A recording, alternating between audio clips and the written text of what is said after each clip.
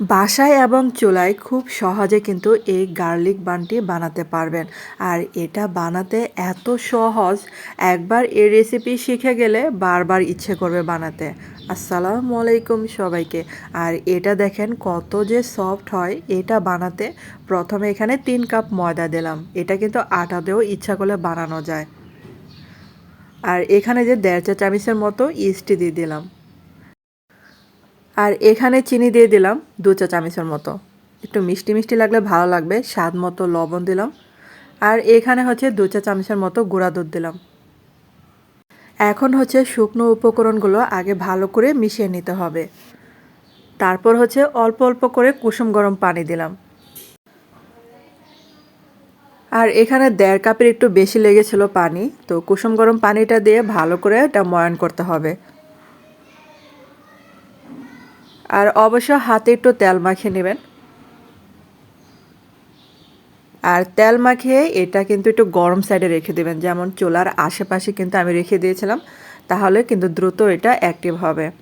তারপর হচ্ছে দেখেন কিছুটা রসুন তেলের মধ্যে ভেজে নিচ্ছি। যেহেতু এটা গার্লিক ব্রেড, তার জন্য রসুন কিন্তু এটা লাগবেই। আর এই যে দেখেন রসুনটা কিন্তু এরকম পোড়া পোড়া করে একটা ভাজা করে নেবেন। আর এই যে দেখেন ভাজা হয়ে গেছে, এটা যখন সফট হবে নামিয়ে ফেলতে হবে। তারপর দেখেন ইস্টটাকে আমি রেখে দিয়েছিলাম, এটা অনেকটা ফুলে ডাবল হয়ে গিয়েছিল। এটা যত গরম সাইডে রাখবেন চুলার আশেপাশে, এটা দ্রুত কিন্তু ফুলবে। তারপর হচ্ছে রসুনটাকে এখন একটু ম্যাশ করে নিচ্ছি।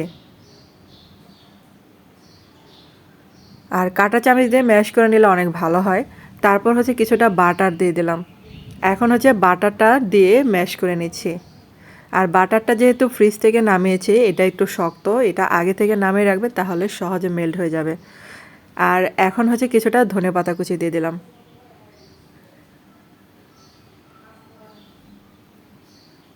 আর এটা কিন্তু মিশানো হয়ে গেছে। আর এই যে দেখেন আমি কিন্তু প্রথমে ছোট একটা ফ্রাই প্যানে নিয়েছিলাম ব্রেডটাকে বানানোর জন্য, তারপর কিন্তু ওটা থেকে সরিয়ে ফেললাম, কারণ এটা হবে না, এটা একটু বড় একটা জায়গা লাগবে। তারপর হাত দিয়ে যতটা পারেন এটা স্প্রেড করে নেবেন, বা আরও বড় ফ্রাই প্যান হলে সেটাতেও এটা স্প্রেড করে নেবেন, তাহলে ওটাতেও সুন্দর হবে। আর হাতে তো তেল লেগেছিল, তো এটা দিয়ে স্প্রেড করতে অনেক সুবিধা হলো। আর আপনাদের কাছে ছোট্ট একটা রিকোয়েস্ট, যারা আমার চ্যানেলে এবং পেজে প্রথম ভিডিও দেখছেন কিন্তু চ্যানেলটাকে সাবস্ক্রাইব করতে ভুলে গেছেন আর পেজটাকে ফলো দিতে ভুলে গেছেন, প্লিজ তাদের কাছে অনুরোধ রইল চ্যানেলটাকে সাবস্ক্রাইব করে আমার পাশে থাকবেন এবং পেজটাকে ফলো দিয়ে আমার পাশে থাকতে পারেন। আর এই যে দেখেন এটা কিছুক্ষণ রেখেছিলাম, এটা কিন্তু ওই সাইডটা ফুলে ডাবল হয়েছে, তো এটা এখন উল্টিয়ে দিতে হবে। আর আবার একটু ঢাকনা দিয়ে ঢেকে দিলাম। এই 2 থেকে 3 মিনিটের মতো ঢাকলে হবে। চুলার আঁচটা আমি লোতে রেখেছিলাম। আর ওই সাইডটা আবার একটু উল্টে দিলাম। তো দেখলাম যে সাইড দিয়ে একটু কাঁচা কাঁচা, তারপর আবার একটু উল্টে দিলাম। একটু ঘুরিয়ে ফিরে এটা নামাতে হবে, যেহেতু এটা রুটি, একটু পোড়া পোড়া থাকলে ভালো লাগে। আর এই যে দেখেন এটা কিন্তু হয়ে গেছে।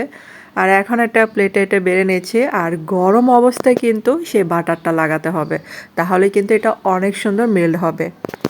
আর যারা এটা ওভেনে করতে চান তারা কিন্তু এটা ওভেনে করতে পারেন, সবার বাসায় কিন্তু ওভেন থাকে না। আর যারা ওভেন থাকে না তারা কিন্তু চুলায় এই ব্রেডটা বানাতে পারবেন খুব সহজে। আর এই ব্রেডটা শুধুও খাওয়া যায়, আবার যে কোনো গ্রিল জাতীয়, চিকেন গ্রিল, কাবাব, এটার সাথেও খেতেও কিন্তু দারুণ লাগবে। আর এটা গরম অবস্থা আমি একটু আবারও ঢেকে দিলাম, আমি কিন্তু কোনো চুলা দেই নেই, এখন যেহেতু প্লেটে এটা সার্ভ করেছি।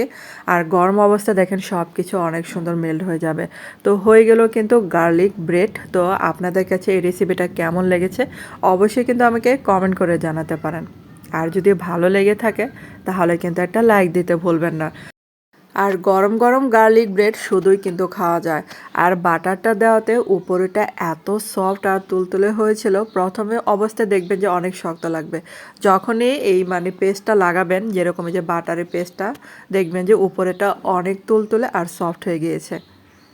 এই যে দেখেন কতটা যে পারফেক্ট হয়েছিল এই গার্লিক ব্রেডটা। তো ধন্যবাদ এতক্ষণ আমার ভিডিওটা দেখার জন্য।